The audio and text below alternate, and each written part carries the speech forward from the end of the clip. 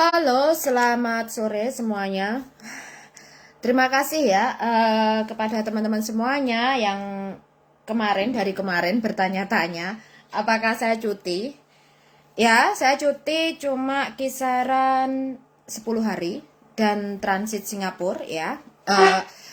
Di sini saya transit Singapura, saya mengambil penerbangan via Scott. Ya, ada alasannya kenapa saya transit Singapura ya kan. Semuanya sudah tahu dong. Ya, kenapa transit Singapura? Yang pertama adalah dikarenakan ada keperluan. Satunya ada keperluan, yang kedua juga ingin menemui anak asuh saya ya kan, yang dulu saya jaga. Nah, 21 tahun silam. Nah, kebetulan saya kan sudah pernah sharing nih kepada teman-teman bahwa saya di Singapura ada kasus yaitu di tahun 2008 tentang data ganda, di mana fake identity ya. Fake identity yang mana saya tertangkap saat itu mau apply student pass yang mau kursus di sana tetapi tertolak karena historinya ada. Nah, jadi histori atau sejarah riwayat pernah di Singapura bekerja menjadi PRTA berapa lama dan lain sebagainya itu ada. Dan akhirnya not appeal, di mana pemerintah Singapura tidak memberikan izin waktu itu, tapi saya nekat masuk sehingga halo Mbak Kamsri, selamat sore, sehingga saya kena lampu merah ya kan, dan dikasih tahu salahnya di mana, kenapa. Dokumen historinya terlihat semuanya, dan mau tidak mau saya mengakui bahwa memang saya pernah bekerja di Singapura dengan data yang berbeda, tetapi nama tetap sama. Nah, di sini akhirnya saya di ban 2 tahun, yang artinya saya tidak boleh visit, juga tidak boleh bekerja di Singapura. Jadi ban visit termasuk juga ban permit. Ya, jadi di mana saya tidak boleh berkunjung, tetapi transit boleh. Karena transit kita tidak perlu melewati imigrasi. Ya, kalau transit itu kita tidak perlu keluar atau exit dari imigrasi, yang notabene kita tidak perlu masuk ke arrival hall. Tetapi kalau Anda transit lebih dari 6 jam, itu boleh Anda keluar dari arrival hall yang dipastikan Anda punya tempat tinggal, ya kan? Terus ada informasi yang dituju, itu jelas ada nomor orang yang dituju. Nah, Anda boleh, tetapi asalkan Anda tidak berkasus. Kalau Anda berkasus, ya Anda harus selesaikan dulu kasusnya, seperti halnya saya. Jadi kemarin waktu saya turun di Singapura, kedatangan di Singapura, itu saya masuk untuk mengisi arrival card. Nah, arrival card atau kartu kedatangan itu sekarang semuanya serba online, ya kan? Semua serba online, dan di sana langsung on the spot. Mereka menyediakan tempat khusus atau tab. Di sana itu ada beberapa tab yang sudah dikonek dengan imigrasi. Jadi Anda tinggal mengisi. Jadi di sana sudah disediakan. Jadi tidak menggunakan HP Anda, tetapi menggunakan tab yang disediakan oleh pemerintah Singapura. Jadi berbeda ya. Jadi tidak menggunakan HP Anda. Dan di sana Anda harus mengisi semuanya. Nah, kalau berkasus bagaimana? Tak cerita nih ya. Saya mau berbagi. Karena saya berkasus, jadi data begitu masuk itu tidak langsung approve. Di arrival card tidak langsung approve. Jadi menunggu 3 kali submit baru di approve. Terus selanjutnya masih diberi kesempatan untuk datang ke arrival hall menemui officer. Disitulah kita akan tahu ya, karena apa? Dari retina mata dan sidik jari ini sudah terdeteksi bahwa Anda pernah berkasus. Jadi nanti di komputer mereka akan terlihat kasus Anda. Kapan Anda masuk ke Singapura, kapan Anda keluar. Kasus Anda kapan. Nah, kebetulan disitulah saya terlihat. Dan karena terlihat, lalu saya menyatakan pada tahun 2008, tanggal 23 April, tepatnya pukul 5 sore, saya memang tertangkap, dan di mana saya tertangkap akan terdeteksi data ganda. Dan saya menjelaskan, di tahun 2012 saya sudah pernah appeal, tetapi ditolak secara manual karena belum online. Terus saya harus datang langsung. Nah, akhirnya kali ini dengan kesempatan ini saya memohon bagaimana kasus saya bisa selesai. Ataukah masih di hold up, ataukah close case. Nah, karena saya memberanikan diri bertanya. Terus akhirnya, baik, saya dimasukkan ke satu ruangan yang dulu ruangan di tahun 2008 saya pernah masuk. Ya, di situ adalah ruangan di mana untuk para orang-orang yang memang direstrik atau memang dia tidak bisa dilanjutkan perjalanannya untuk keluar dari ruang imigrasi, jadi dia ditaruh di situ. Dan biasanya nanti kalau masuk itu ada tempat tidurnya, jadi kayak penampungan. Nah, terus di situ juga ada locker ya. Nah, saya cuma disuruh duduk dulu. Kisaran 30 menitan itu dicek semuanya, terus saya dinyatakan close case. Dan kedepannya dibolehkan untuk datang ke Singapura untuk holiday, itu boleh. Namun persyaratannya harus menunjukkan dokumen dukungan ya. Sebenarnya sih sudah close case, tetapi in case kalau memang disuruh menunjukkan harus dibawa. Nah, minimal KTP Indonesia. Nah, apakah kalau tidak pernah berkasus berarti tidak terlihat? Ini tidak ada yang bisa menjamin ya, karena mungkin sekali kunjung, 2 kali, 3 kali, mungkin yang keempat kali terlihat. Karena saya juga demikian. 1, 2, 3, yang keempat terlihat. Nah, dan itu karena ini sidik jari kita di Singapura itu sudah dari dulu sudah ada masalahnya ya. Jadi caumlat, jadi tidak bisa lari dari situ. Ini masalah di Singapura ya. Terus akhirnya bagaimana dengan di Indonesia? Di Indonesia saya tidak ada masalah ya. Dan di Indonesia itu untuk pulang ke Indonesia, teman-teman cukup menyediakan vaksin pas, boleh berupa kartu, boleh juga yang di aplikasi ya.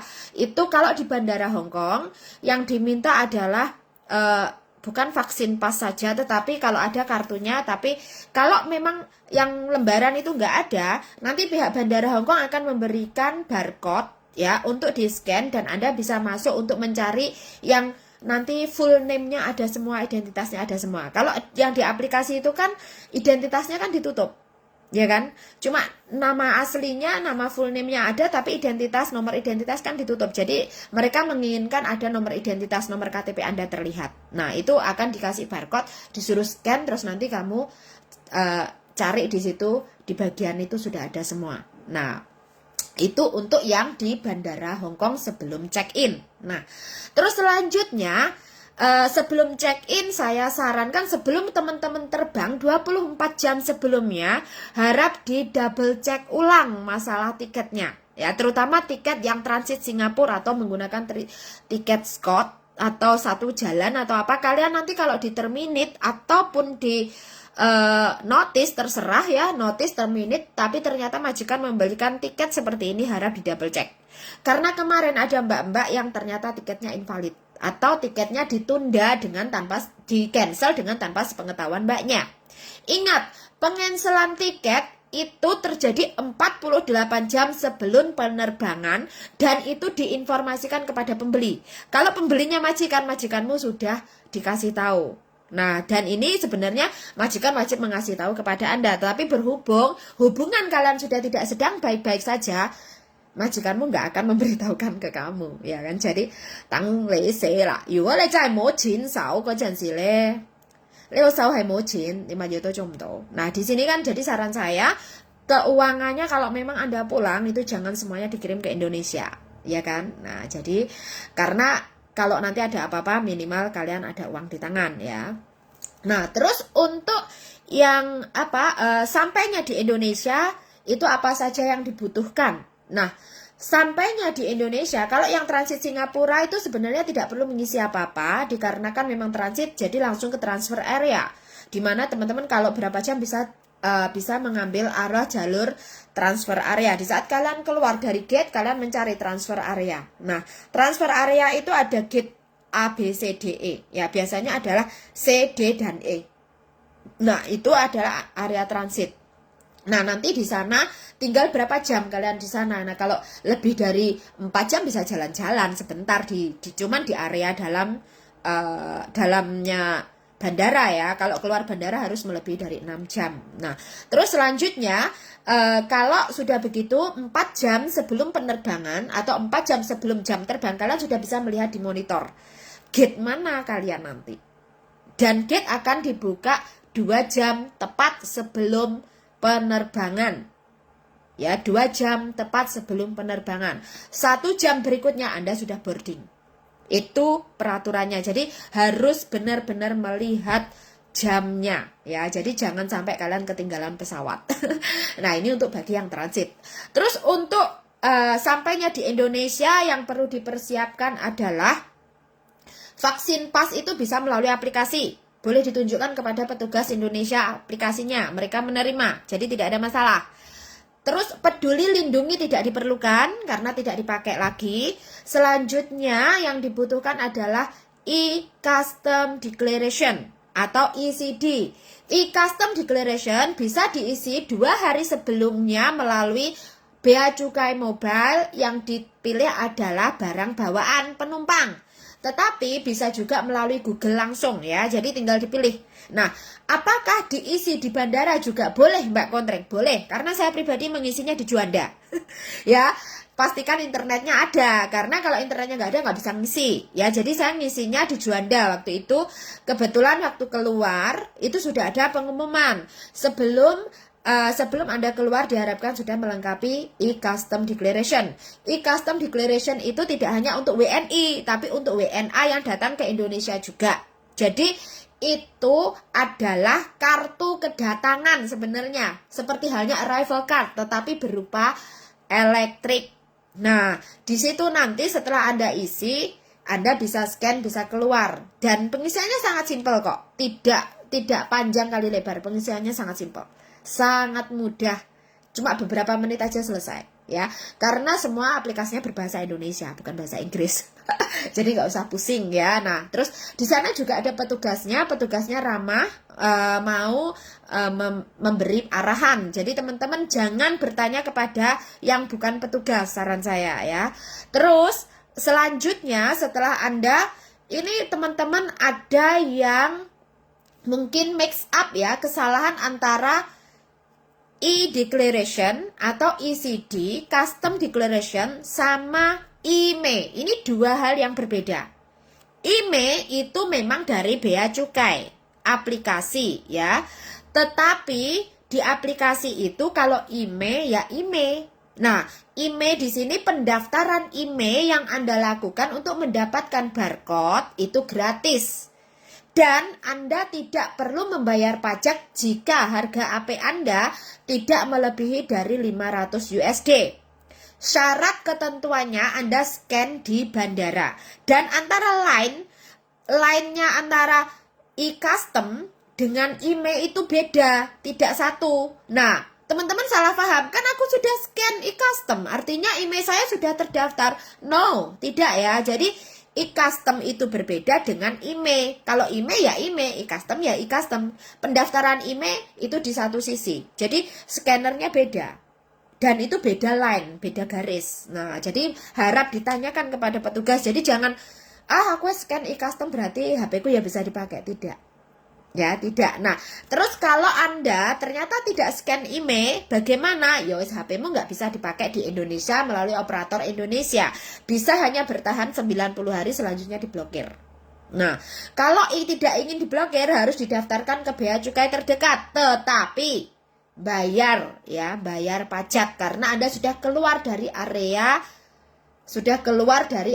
bandara. Anda sudah ke kantor Bea Cukai artinya Anda harus wajib memenuhi pajak ya, dan pajak sudah pernah kita bahas ya. Terus selanjutnya kalau sudah e-Custom dan lain sebagainya boleh keluar. Anda sudah scan, Anda boleh keluar ya, jadi free. Terus untuk kembalinya ke Hong Kong sesuai dengan peraturan Hong Kong yang saat ini masih berjalan ya kan, Anda harus menyertakan Health Declaration atau barcode hijau yang sering teman-teman sekarang disampaikan, katanya barcode hijau itu ya. Nah, itu bisa diisi di rumah. Nah, pengisiannya karena ada tempat duduk pesawat itu bisa diacak dulu.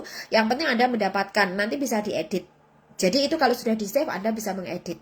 Nah, kembali lagi setelah Anda mempunyai e-declaration, Anda juga tes antigen ya kan, masih tes antigen sebelum penerbangan yang nanti akan berlaku 24 jam sampai Anda di Hong Kong. Nah, untuk yang saat ini masih memang tidak ditanyakan ya, di bandara Hong Kong tidak ditanyakan, tetapi di Indonesia itu wajib menunjukkan sebelum penerbangan, karena ini tugasnya negara Indonesia, bukan tugasnya negara Hong Kong. Nah, kalau negara Hong Kong pasti sudah menyatakan bahwa ini sudah diumumkan, diharapkan teman-teman sudah tahu sendiri. Nah, seperti itu.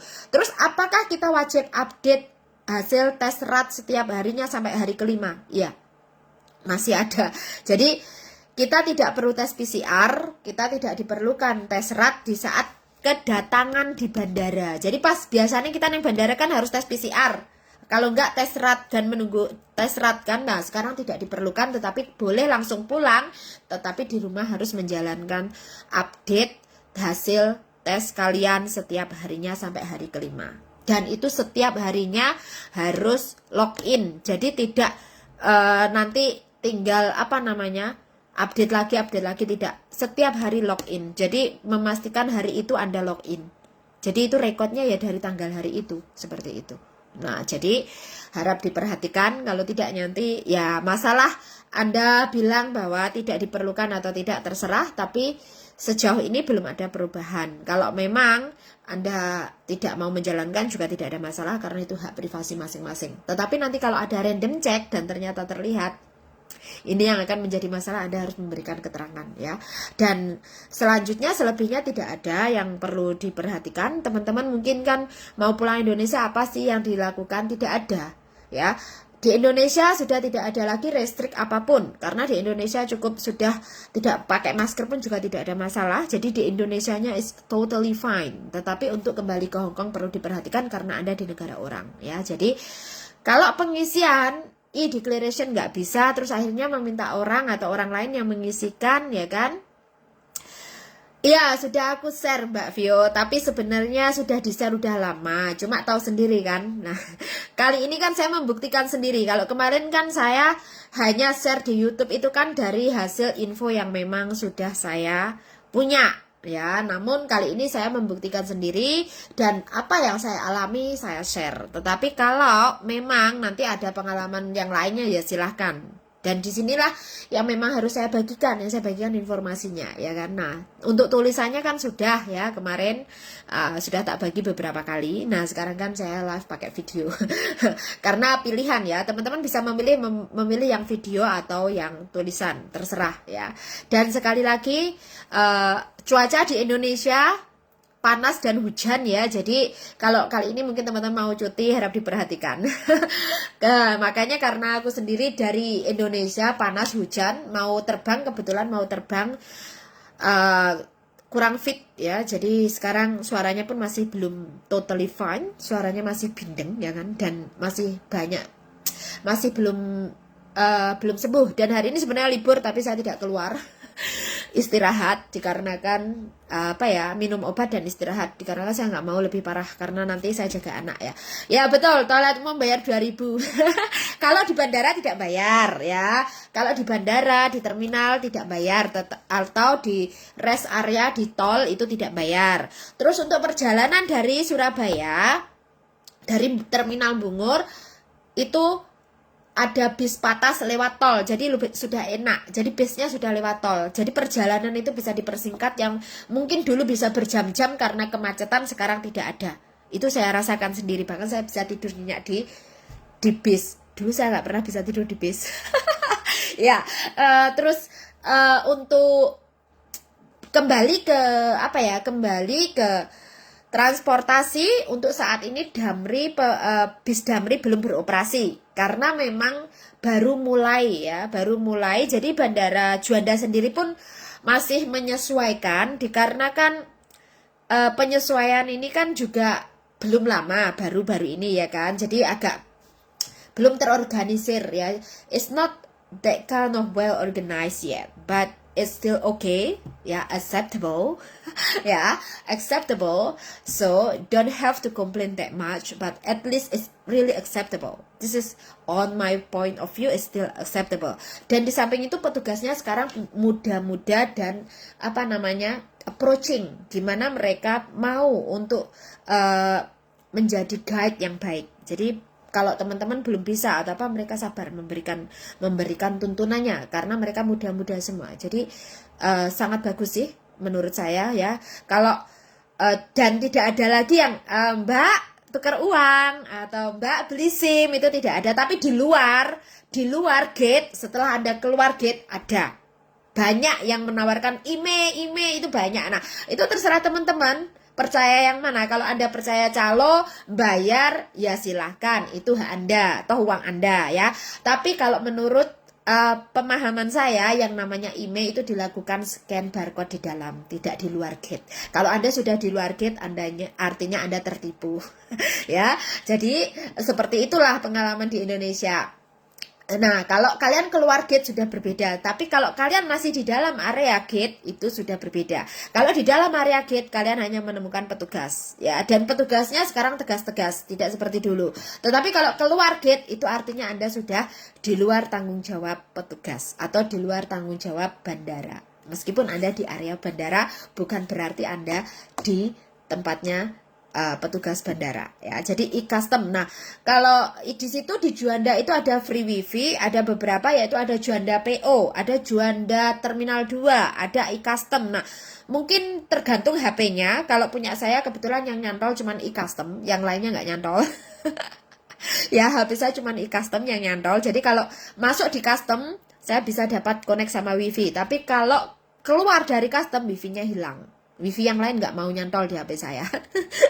Ya, dan kebetulan kemarin mau terbang ketemu banyak teman ya, karena kesalahan saya sendiri, kurang teliti, terbiasa dengan waktu Hongkong karena HP saya ada dua update lokal sama home. Nah, kebetulan yang saya lihat itu adalah penerbangan seharusnya malam, aku datang tak kira pagi. Jadi aku malam sudah sampai di Bandara Surabaya. Ternyata malamnya baru terbang. Bayangin, jadi semalaman saya harus sehari di Surabaya. Sehari di Bandara Surabaya menunggu penerbangan dari pagi sampai, jadi dari jam 2 malam sampai jam 5 sore menunggu check-in kemudian terbang. Nah, tapi saya berada di dalam area bandara atau di dalam di situ di hall-nya, tidak di luaran ya. Jadi disarankan teman-teman kalau memang sendirian ya, pastikan teman-teman juga tidak terlalu membawa barang banyak.